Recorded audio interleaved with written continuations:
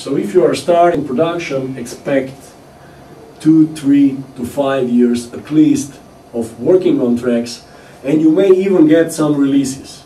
But those releases are usually limited to online labels that have very limited followers on social media, and they usually sell 3 or 5 downloads on Beatport, so it won't bring anything. If you want to be successful, or better said, if you want to get some financial benefit from your music production, you should, especially electronica, you have to DJ.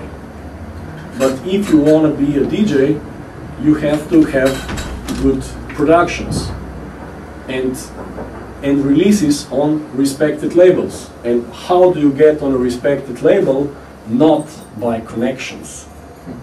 Because a lot of people think that if you know the right people, then they will release it. It will be maybe a little easier, but if your track is not good enough, they won't release it even if you are their best friend. They will say, okay, it's cool, but your track is not good enough.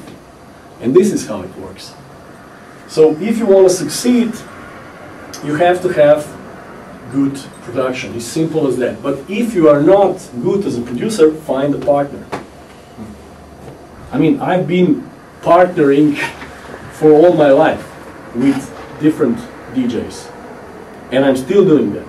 So they are way better DJs, but they are not that good producers. So you can have some sort of a deal which is related, I don't know, to percentage of their DJ gigs, or related to like, or you just charge a direct amount of money for a certain service, blah, blah, blah, and they will help you out with production because they have much more experience, but at the same time, you as a DJ, you have a contact with the dance floor, and you know what works and what sounds on the floor, which is equally important knowledge.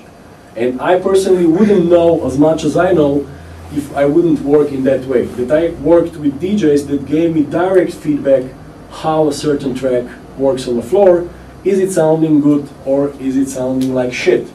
And we worked hard to make every track that was released to sound as good as possible on the dance floor. And we mixed certain tracks for 2 or 3 months, and they were played 10 to 20 times on the dance floor in different clubs, in different PA systems before they were actually released.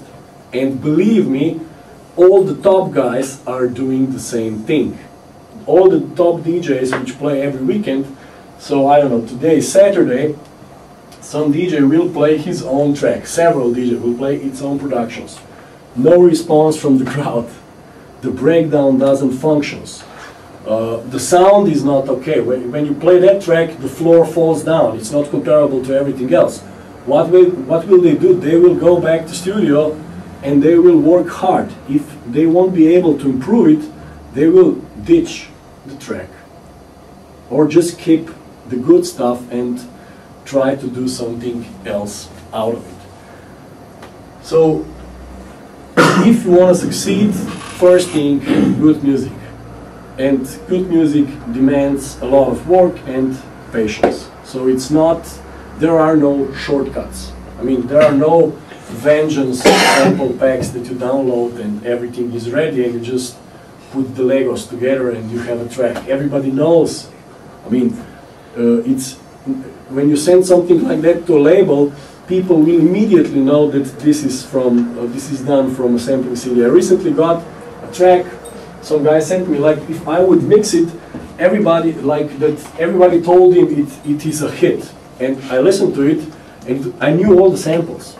I knew the kick sample, I knew the loop sample, I knew the guitar sample. He just put several sampling CDs together, and this is ridiculous. This was used several times before. Of course it sounds like a hit, because it was a hit. But nobody will release it because it was already released with the same samples. Maybe it's not a good example, but we all know that how much sounds repeat and how much in electronica other people actually sample stuff from other people and just put something above and sell it as their own. So what do we see here? We hear Series D full stop #1 on techno downloads, and this is really good sounding track, really precisely produced, and I'm sure, I didn't heard it in the club, but I'm sure that this rocks the floor because all of his productions are top-notch sound-wise and production-wise. How do we start with analysis? Press play. What? Yeah, press play. No, because we need something that will enable us to loop and mark the parts of the song. So the best tactic is to import that in your workstation. In my case, Logic. So I will create a new stereo track, and I will import audio file. This should be that.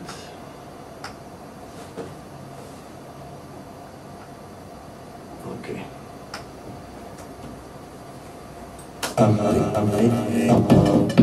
Okay, so it works. So what do we do now? Check the wave. Okay, we can do that, but first thing, if we want to cut the track and loop the track, we figure out the tempo. So it's much easier if we know the tempo of the track, we can put it on the grid in the software, so we can easily loop without any glitches a certain portion of a song. So in Logic this is pretty simple. You have this BPM counter plug-in, you plug it in, 126, and I put 126 BPM, so this is it. Another thing, I want my kick to start on a beat in Logic, so I have synchronization with beat, and then I know that this song starts with vocal. So the first kick should be on the bar. So let's see where it is. Not here. And not here, so it's that. Okay, and now I just check if this is true, and I loop it. So I can loop it. Okay, so what's next? We should divide a song into portions. You just define your own resolution. Sometimes if you are doing something really minimal, resolution can be higher than that. So you will have building blocks. I'm interested how many of them there will be.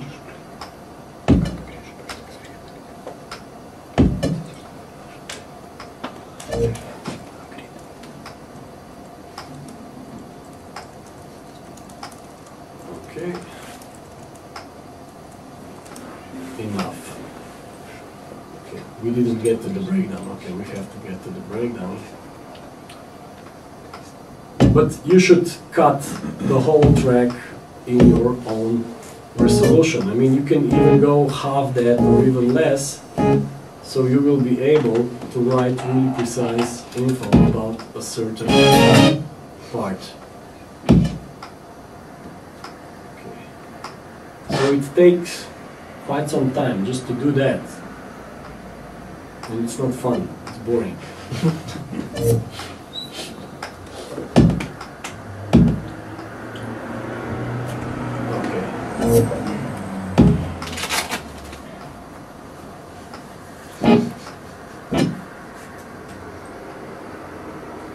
Enough, I guess, and if needed we will do it more.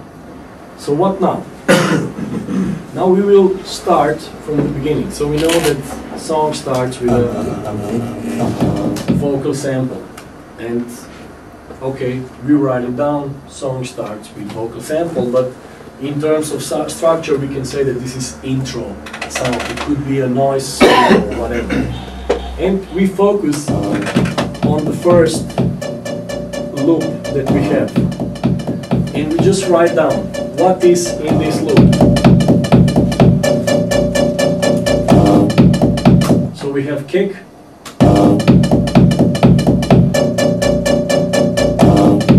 We have a bassline sound.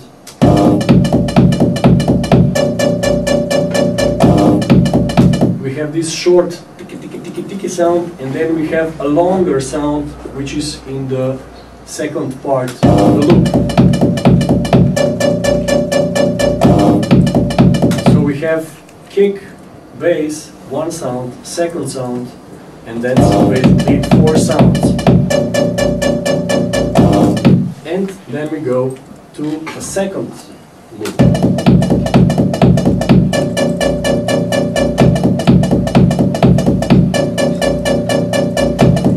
Is it the same?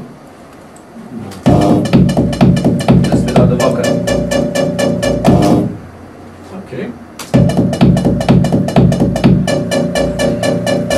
I think that the bass line is a little bit different sounding, but it may be too minimal. Okay, it's the same.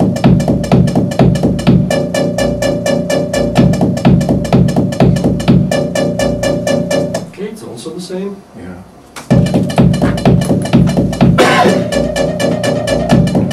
Now we have some sort of, I don't know, automation on the synth, delay effects, whatever. Something is added to the sound for the transition. Okay, and then we go to the next part.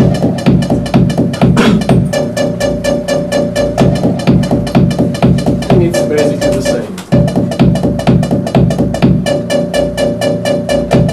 So we know that we had this part that actually almost goes.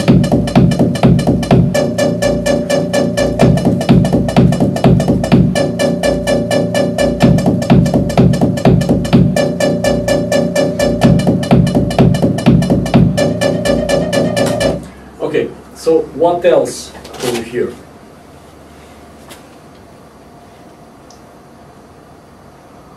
What happens with the bass line and with this sound when the kicks goes out?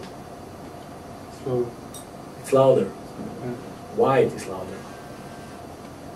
compressor. It's on sidechain. So this is something that you have to figure out. If you don't know what the sidechain compression to a kick is, you will not hear it. So kick is triggering the compressor for the bass line plus the compressor for the main sound. And as soon as the kick goes out, there is no compression going on and the volume goes up. So if we listen again.